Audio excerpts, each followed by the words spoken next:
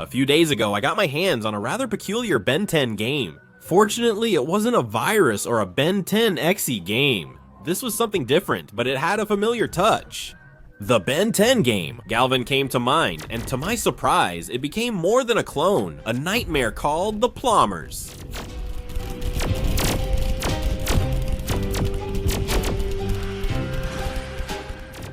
Today we're dissecting the Plumbers, a blatant Ben 10 Galvan copy that tried to deliver what fans wanted. Epic fights with anything that's not human, but it ended up being an incomplete game, full of bugs.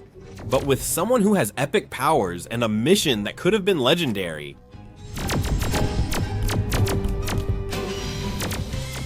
On the outskirts of the city, we can find a large number of aliens brought from the Null Void. These are guarding the central building where the mission is focused. The goal is to infiltrate the facility and destroy the giant machine. If you fail, no checkpoint, you'll need to start over. Enemies detect you from a certain distance or when you hit them, so you have a little time to think about your strategy. Among your enemies are the aliens, giants who appeared as mini-bosses in Vilgax's attacks. They block your way, making escape impossible. And the hordes of Zig, who are a nuisance because they have a long-range attack, and if more than 3 gang up on you, consider yourself eliminated. There are ways to help you finish the mission. Entering from the back makes it easier. The problem is that you'll always have enemies.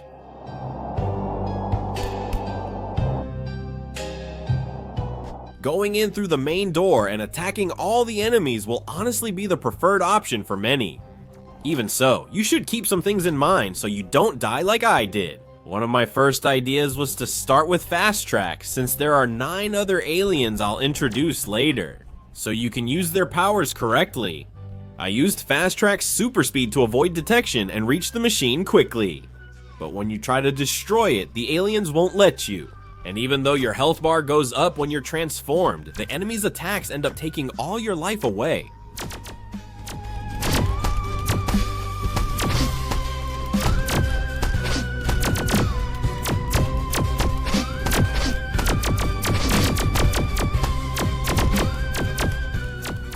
If things get too complicated, it's best to use Alien X, the most powerful alien in Ben 10. In this version, the alien can move nearly all surrounding objects, except when it glitches. One of the most epic things you can do is crush all the aliens at once by smashing a whole building on them. Try to gather them all together so the satisfaction is much greater. Then you aim and watch as, magically, they all disappear.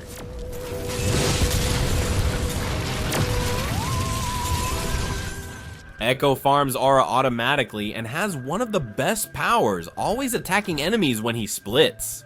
All the clones have sonic waves and chase their opponents. You can easily copy Echo and have the work done automatically. You have several ways to complete the mission with the 10 aliens I'll introduce next. The first alien is Fast Track, who has super speed. He lives up to what we knew as a speedster alien. He might not be as fast as XLROCHO, but in this game, believe me, they've given him the recognition he deserves. In battle, only Rat, and they are the aliens able to throw punches. Actually, it's more of a counter, since you can punch back whenever you're attacked. You can't do it directly. You need one of these creatures to try to attack you. The second one is Piedra, incredible, beautiful for exploring the city since he can fly. Piedra, just like several of the aliens we'll see, has a long-range attack. In battle, he can use his laser beam. It takes away a lot of health and is pretty smooth for attacking. Fuego Pantanoso looks great and has 2 fire attacks. The first one is this fireball, which sometimes gets buggy when you try to move. It's kinda weird. And the second is a trail of fire that unfortunately was poorly designed. Visually, it looks great, as if the fire is melting everything. But actually, in battle, you can't see anything. You don't know if you're attacking the enemy or not. Echo is overpowered. Did I mention Echo's clones can emit the same sound frequency as the original? But what makes him extremely overpowered is that he can split as many times as you want. The clones only last 20 seconds, but that's enough to defeat any enemy.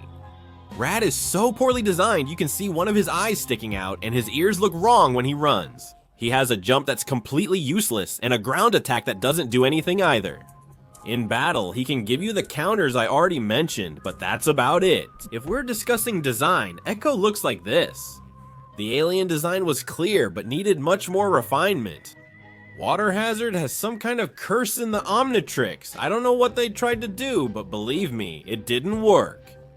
Powers has one of the most impressive abilities, the Water Bomb, which is exceptionally well executed. And this big wave looks spectacular. I don't think he ever did it in the series, but the fact that they included it in this video game turned out excellent. G-Tray seems soulless, almost like an alien from the Carnitrix. Flight is something that's associated with this alien, and honestly, it works really well. With super speed, you can get anywhere with this alien. He's so fast that Cerebron's electric spheres can be caught with his super speed.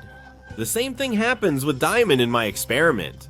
A really good point for G-Tray. His laser beam is pretty good, although, unlike the others, it has a rather short range.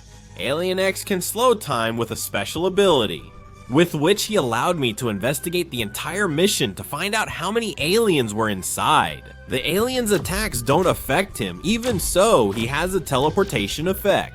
He'll clearly be your favorite alien. In short, Diamond is among the top aliens in this game. He was given 3 types of powers: a diamond circle that unfortunately doesn't do much, and a cool diamond attack that extends beneath the earth. And the projectiles, which look really good. They did a great job with the powers that were given to the aliens. We're excited for this. In the video game, Galvan Cerebron is the only alien that moves while standing still. His design is good, and he has just 2 powers, electric balls and a ray, which I think is the game's most powerful. I can only tell you that even though it's a blatant copy of Ben 10 Galvan, these kinds of details in the alien's powers make it spectacular. The city and buildings look spectacular, but you can't get close. It's like a barrier prevents you from touching them. The game had a lot of promise, but for reasons still unknown, the creator stopped maintaining it. The original game, I have to mention, has a lot of bugs.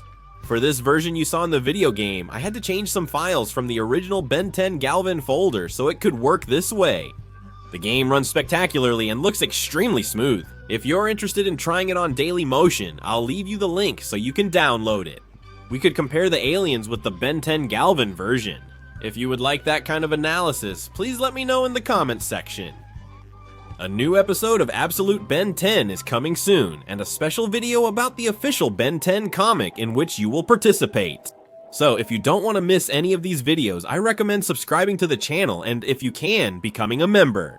We have new icons that you can use right now and special videos like the Absolute Ben 10 comic without commentary.